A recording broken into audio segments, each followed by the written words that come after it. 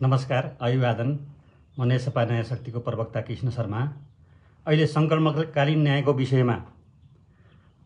सत्तारूढ दलहरू र नेकपा माओवादी केन्द्रका अध्यक्ष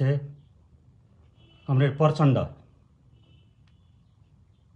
बीचमा छलफल भएको समाचार बाहिर आएको छ। यस सम्बन्धमा नेपाल समाजवादी पार्टी नयाँ शक्तिको धारणा के हो भन्ने विषयमा मैले आफ्ना भनाइहरू राख्दैछु। खास गरेर सङ्क्रमणकालीन न्याय भनेको 240 वर्षदेखिको सामन्ती एउटा राजतन्त्रात्मक व्यवस्थालाई अन्त्य गरेर लोकतान्त्रिक गणतन्त्रमा प्रवेश गर्नका लागि सुरु भएको 52 सालको जनयुद्ध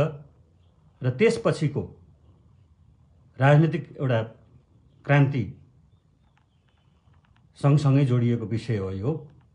सङ्क्रमणकालीन अवस्था भनेको पुरानो व्यवस्थाबाट नयाँ व्यवस्थामा आउनका लागि सुरु गरिएको एउटा युद्धको कारणले पैदा भएको अवस्था हो र त्यति बेला पुरानो व्यवस्थाको कानुनबाट पनि त्यो समस्या हल नहुने र नयाँ प्रणालीमा आइसकेपछि पनि त्यो कानुनबाट नहुनेलाई सङ्क्रमणकालीन न्यायकै विधिबाट चाहिँ यसलाई समाधान गर्नुपर्छ भन्ने मान्यता रहन्छ। र खास गरेर जनयुद्धको उठान गर्ने 40 बुँदे एउटा मागहरू दिएर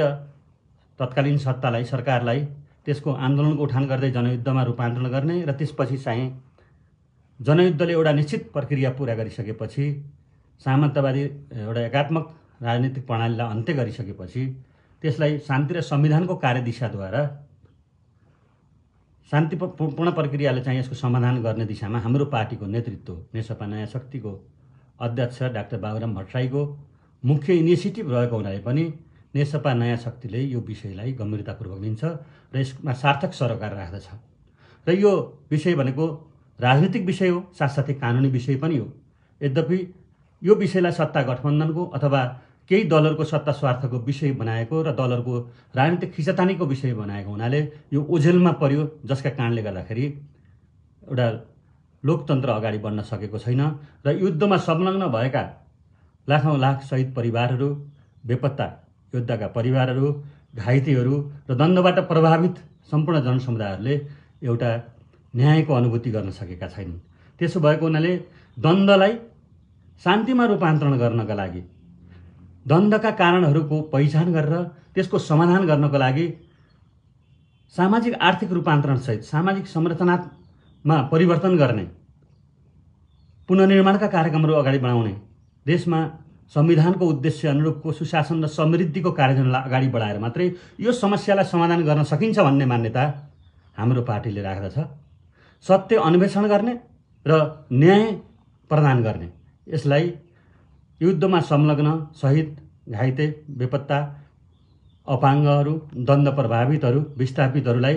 परिपूर्ण राहत र क्षतिपूर्तिका कार्यक्रमहरू दिने, त्यसको साथसाथै समग्र सामाजिक आर्थिक रूपान्तरणका कार्यक्रमहरू अगाडि बढाएर देशमा विद्यमान गरिबी, बेरोजगारी, परनिर्भरता, युवा पलायनका समस्याहरू जति छन् त्यसलाई समाधान गरेर मात्रै हामीले यो समस्यालाई दिगो ढङ्गले समाधान गर्न सक्छौँ र स्थायी शान्तिको स्थापना गर्न सक्छौँ